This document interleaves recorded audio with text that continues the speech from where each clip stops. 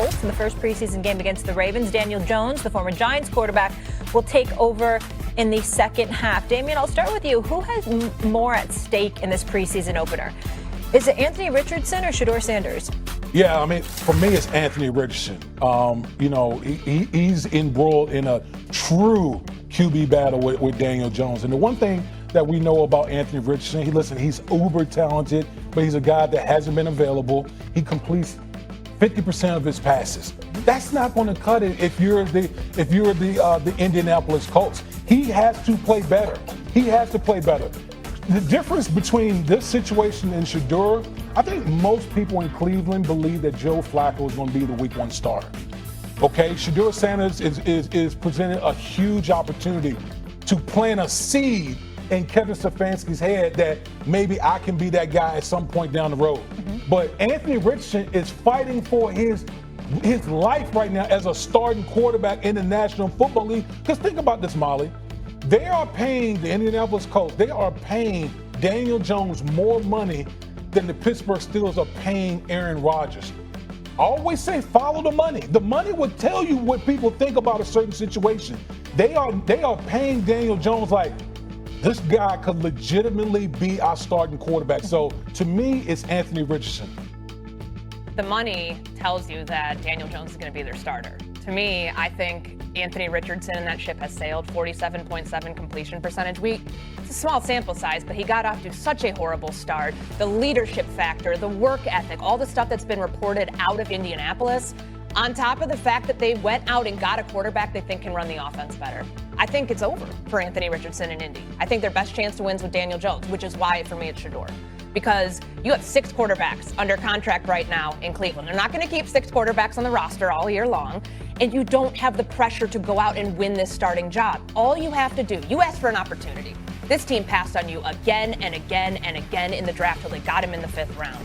To be able to go out and show, even without the first team reps, I can operate the offense, I can make it look clean, I can deal with sudden change, because I think personally, I know that how you feel about preseason games, and I feel the same way. I'm allergic to bad football, but these are opportunities to learn, how does he handle if his headset goes out? How does he handle if he fumbles the ball away? What's he doing with his teammates on the sideline to keep them locked in, to show leadership, to keep them encouraged?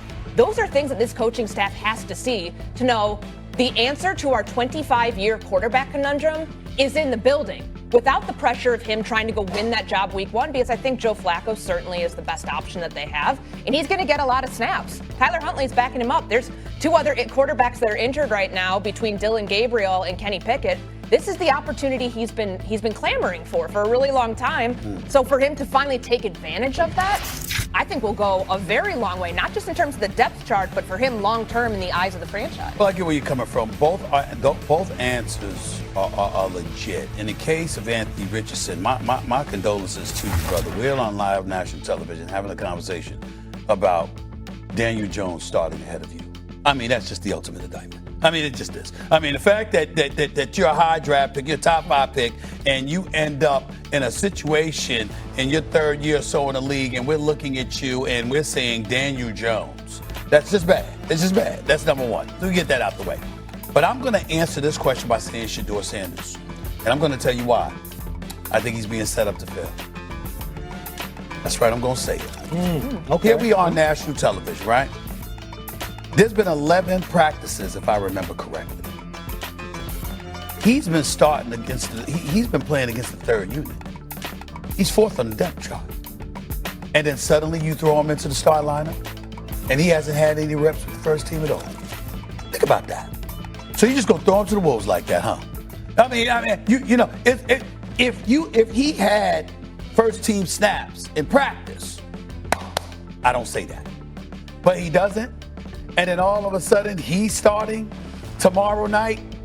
It's like you want him to fail. I'm not accusing the coaches of doing this. I'm not accusing the GM of doing this. But that owner, Mr. Haslam, that's a different animal right there. It's a $230 million guaranteed deal to Deshaun Watson. And then he's going to come out this time around. I had nothing to do with this pick. I didn't have anything to do with it. I mean, that wasn't me. That was GM Barry right there. That wasn't me. The owner sitting up there. That wasn't me. Wasn't me. Yo, Wasn't me. That's what he was saying. And I'm saying, really? That's what we're doing now? That's what you're doing? You're trying to disassociate yourself from a quarterback that's on your roster at this particular moment in time. You give him no first team reps. He's been working out with the third team, and then you're just going to throw him in there for the opening preseason. Let me play devil's advocate. Sure. Isn't that the job every week of a backup quarterback? Backup quarterbacks never get first team reps. But if a quarterback goes down, you are required to go into the game and operate at a high level in the game. So that's I think that to me that's number one. That's number one. I need to throw a question at you, but go ahead. Go ahead. No. What I'm saying is, you being a champion, you playing in this league, I understand the job of a backup. But this situation is different. This is a guy that was projected to be a top 3 quarterback in the draft. He fell to the 144th pick as a 5th round pick. It was universally recognized that it extended beyond the field of play as to why his stock plummeted. He gets picked up by Cleveland, all right, who, by the way, had drafted, Dylan Gabriel before you bring him on board. Joe Flacco and Kenny Pickett being there. Okay, they've been in this league, and Joe Flacco deserves it because, damn it, he showed up in Cleveland a couple of years ago and did what he did. He shouldn't have to play in a preseason. We know what he can do, okay? I'm simply saying, if you look at the kind of circumstances that Shedeur Sanders has had to embrace, and on top of it all, you haven't exposed him to any first-team reps. And then the first time he's going to see anything comparable to that is in his first ever preseason game. I'm just saying that looks very suspicious. I will say this. I think, number one, we have to start throwing out the whole pre-draft process as it relates to Shedeur Sanders. Because the bottom line is with him, he's a 5th round quarterback, 4th in the depth chart. I would make a case for Shedeur Sanders in this. You've been presented with a unique opportunity. I agree with that. A unique opportunity. I don't look at it as he's being set up to fail. I'm looking at you being given an opportunity to go out there and put your best foot forward in an uncomfortable situation. If Shedeur Sanders goes out here on national television, and trust me, there are going to be a bunch of eyeballs on that game.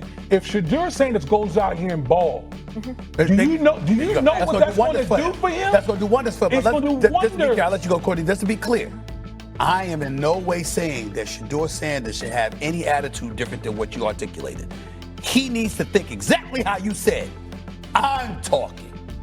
I'm saying what I think, just like Damian Woody was saying what he thinks. Right. We ain't encouraging him to think like that. Yeah. What we're saying is, we on the outside looking in. This looks suspicious. Like you want him to fail. I hope he doesn't. I don't believe he will. And I do believe the opportunity is incredible for him. But I don't like how it's going Courtney, down. final word I get here, the optics of it, Right. but there are injuries on the depth chart. And Tyler Huntley just got there this week. Right. So, I don't think Kenny Pickett's injured right now. Okay, So you don't feel like it's a conspiracy theory? But I get how based you're on saying. the circumstances. Circumstances, but obviously the optics don't look great because it looks like there's friction between ownership and the front office as to why the pick was made in the first place, when it was made, and the situation that he was put in from the very beginning of camp of not getting first-team reps. Right. Absolutely. Okay. All right, we'll keep it rolling here, guys. While Matthew Stafford lost his favorite target in Cooper Kupp this season, the Rams signed another veteran wideout in Devontae Adams for a 2-year deal. The 6-time Pro